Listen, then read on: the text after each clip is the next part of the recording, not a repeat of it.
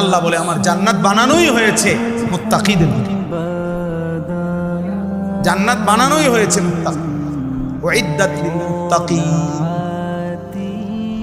আ'দাতু লিইবাদিয়াস সালিহিন।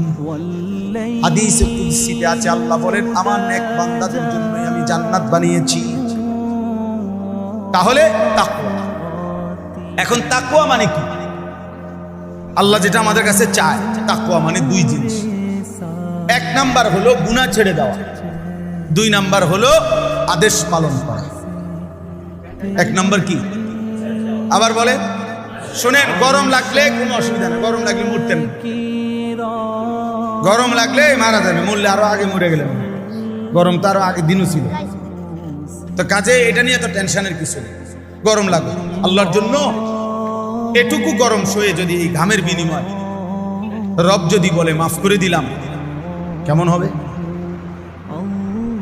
বলে 400 কোটি টাকার মালিক বেটা, 400 কোটি টাকার মালিক এমন ভদ্রলোকের চোখের কান্না আমি দেখছি, পরিবারের কষ্ট, পরিবারের অশান্তি।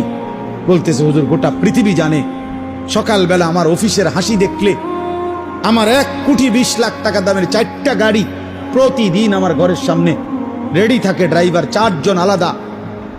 আমার যেদিন যেটাতে মন চায় আমি সেটাতেই উঠি। প্রতিটা গাড়ির ন্যূনতম দাম 1 কোটি।